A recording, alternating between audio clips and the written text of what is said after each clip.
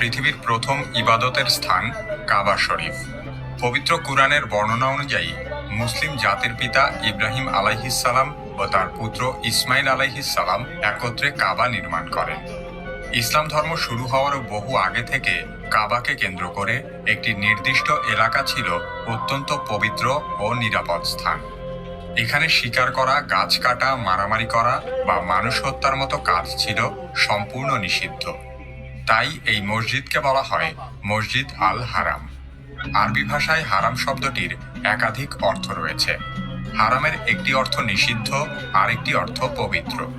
তবে মসজিদ আল হারাম শব্দের নিষিদ্ধ বা পবিত্র ছাড়াও আরও কোনো অন্তর্নিহিত অর্থ থাকতে পারে।